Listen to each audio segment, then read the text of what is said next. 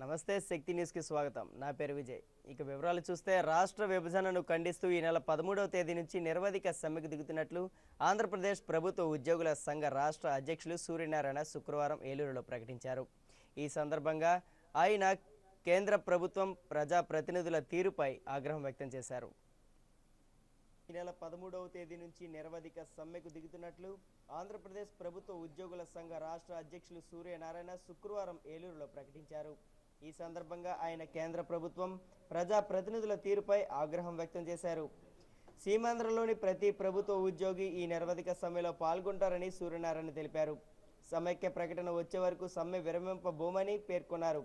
సంఘ కార్యదర్శి సుబ్బారాయుడు మాట్లాడుతూ సోనియా గాంధీ తన పుట్టినరోజు బహుమతిగా అవసరమైతే కాశ్మీర్ను పాకిస్తాన్కు, అరుణాచల్ ప్రదేశ్ను చైనాకు ఇచ్చేందుకు కూడా వెనకాడదని విమర్శించారు. ఇందిరాగాంధీకి నువ్వు వారసురాలివి కాదని, ఇటలీ తెలివితేటలు ఇక్కడ ప్రదర్శించవద్దని విమర్శించారు. కనీసం పార్లమెంటులో చర్చ జరగకుండా రాష్ట్రాన్ని ఎలా విభజిస్తారని, రాష్ట్రంలోని ప్రజల మనోభావాలు కేంద్రానికి తెలియడం లేదా అని ప్రశ్నించారు. రాష్ట్ర విభజనపై ముఖ్యమంత్రి కిరణ్ కుమార్ రెడ్డి స్పందించిన తీరు సంతృప్తినిచ్చిన సమైక్యాంధ్ర కోరుతూ ఆయన రాజీనామా చేయాలని ప్రైవేట్ స్కూల్ యాజమాన్య సంఘాలు పేర్కొన్నాయి.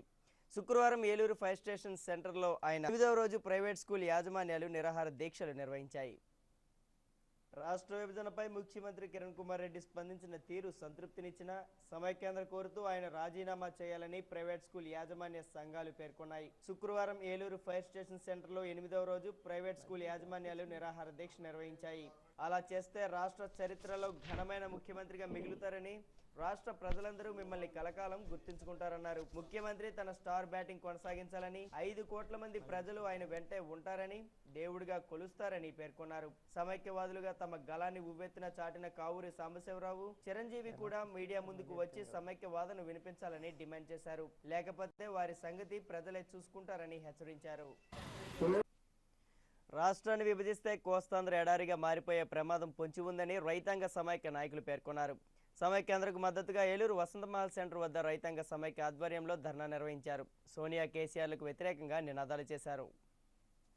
భాషా సంయుక్త రాష్ట్రం ఏర్పడిన తరువాత రాజధానిగా హైదరాబాద్ ఏర్పడిందని, ఇది మన రాజధాని అని అన్ని ప్రాంతాల వారు తమ శక్తియుక్తులను హైదరాబాద్లో పెట్టి అభివృద్ధి చేశారని రైతాంగ సమైక్య నాయకులు పేర్కొన్నారు. తీరా అభివృద్ధి చెందాక హైదరాబాద్తో కూడిన తెలంగాణ కావాలనడం దారుణమన్నారు. తెలంగాణ రాష్ట్రం ఏర్పడితే గోదావరి జిల్లాలతో పాటు మిగిలిన ప్రాంతాలు ఆర్థికంగా తీవ్రంగా నష్టపోవడంతో పాటు ఎడారిలా మారిపోయే ప్రమాదం ఉంటుందని తెలిపారు. తెలంగాణ ఏర్పడితే మొదటిగా నష్టపోయేది రైతులే అని, నీటి సమస్యలు వచ్చి రాష్ట్రం తాడేపల్లిగూడెం NH5 కూడల్లో సమైక్యాంధ్రకు మద్దతుగా జగన్నాథపురం గ్రామస్తులు, తాడేపల్లిగూడెం టౌన్ మరియు రూరల్ ఎలక్ట్రికల్ ఉద్యోగస్తులు వంట వార్పు కార్యక్రమం చేపట్టారు. ఈ మేరకు NH5 రోడ్డు మీద 5 కిలోమీటర్ల పొడవున ట్రాఫిక్ స్తంభించింది.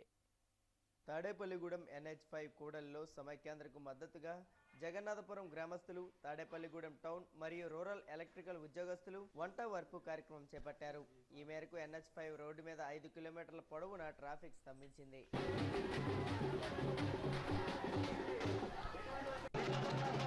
మరిన్ని అప్డేట్స్ కోసం చూస్తూనే ఉండండి శక్తి న్యూస్.